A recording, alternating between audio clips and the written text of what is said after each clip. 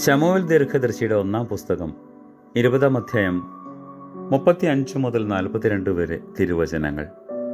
വരക്കുമോർ. പിറ്റന്നാൾ രാവിലെ ദാവീദുമായി നിശ്ചയിച്ചിരുന്ന സമയത്ത് യോനാഥാൻ ഒരു ചെറിയ ഭൃത്തിനോടുകൂടെ വയലിലേക്ക് പോയി. അവൻ തൻ്റെ ഭൃത്തിനോട്, ഓടിച്ചെന്ന് ഞാൻ എയ്യുന്ന അമ്പ് എടുത്തുകൊണ്ടുവരൂ എന്ന് പറഞ്ഞു. വേലക്കാരൻ ഓടുമ്പോൾ അവൻ്റെ അപ്പുറത്തേക്ക് ഒരു അമ്പ് എയ്തു. യോനാഥാൻ എയ്ത അമ്പ് വീണെടുത്ത് ഭൃത്തിനെത്തിയപ്പോൾ യോനാഥാൻ അവനോട്, അമ്പ് നിന്റെ അപ്പുറത്ത് എന്ന് വിളിച്ചു പറഞ്ഞു. പിന്നെയും യോനാഥാൻ ഭൃത്തിനോട്, ഓടി വരിക, നിൽക്കരുത് എന്ന് വിളിച്ചു പറഞ്ഞു. യോനാഥാൻ്റെ ഭൃത്യൻ അമ്പുകൾ പെറുകി യജമാനന്റെ അടുക്കൽ കൊണ്ടുവന്നു. എന്നാൽ യോനാഥാനും ദാവീദുമല്ലാതെ ഭൃത്യൻ കാര്യമൊന്നും അറിഞ്ഞില്ല. പിന്നെ യോനാഥാൻ തൻ്റെ ആയുധങ്ങൾ ഭൃത്യൻ്റെ പക്കൽ കൊടുത്തു. പട്ടണത്തിലേക്ക് കൊണ്ടുപോക എന്ന് പറഞ്ഞു. ഭൃത്യൻ പോയ ഉടനെ ദാവീദ് കല്ലിൻ്റെ അടുക്കൽ നിന്ന് എഴുന്നേറ്റ് വന്നു 3 പ്രാവശ്യം സാഷ്ടാംഗം വീണ് നമസ്കരിച്ചു.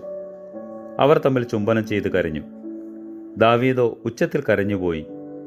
യോനാഥാൻ ദാവീദിനോട്, കർത്താവ് എനിക്കും നിനക്കും എൻ്റെ സന്തതിക്കും നിന്റെ സന്തതിക്കും മധ്യേ എന്നേക്കും സാക്ഷി എന്നിങ്ങനെ നാം ഇരുവരും കർത്താവിൻ്റെ നാമത്തിൽ സത്യം ചെയ്തിരിക്കൊണ്ട് സമാധാനത്തോടെ പോക എന്ന് പറഞ്ഞു.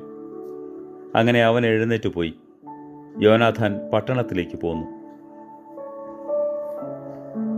ഞങ്ങളുടെ കർത്താവായ യേശു മിശിഹാ, നിന്റെ കരുണയുടെ വാതിൽ ഞങ്ങളുടെ നേരെ നീ അടയ്ക്കരുതേ. ആമേൻ.